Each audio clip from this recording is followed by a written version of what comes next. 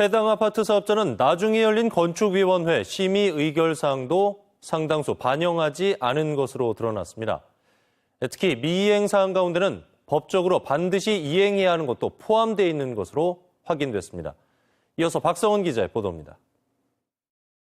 뒤늦게 열린 건축심의위원회에서는 16명의 심의위원이 54개의 지적과 권고사항을 의결했습니다. 이 중 사업자가 반영한 건 16개뿐입니다.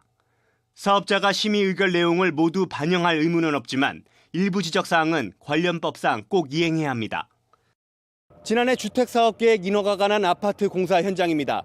지역에서는 이곳이 각종 법규를 위반한 채 사업을 강행하고 있다는 의혹이 일고 있습니다. 먼저 아파트 건물과 인근 사유지와의 이격거리가 논란이 되고 있습니다.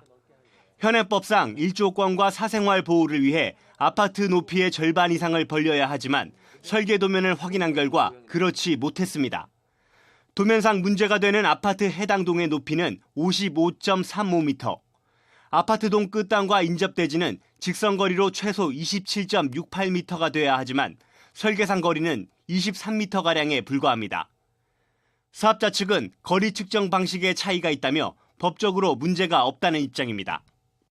이 단지의 경우는 건물 높이의 2분의 1 이상이 인접거리에서 떨어지지 않기 때문에 문제가 되는 것이고요.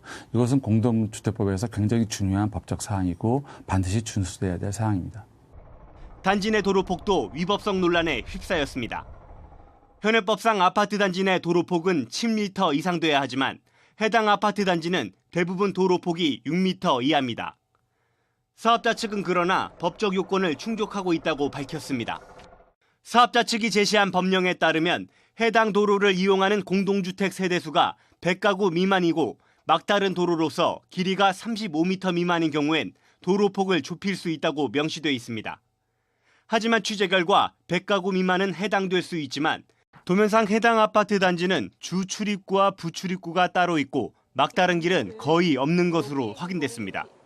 결국 해당 법령이 요구하는 조건을 다 충족시키지 못한 겁니다.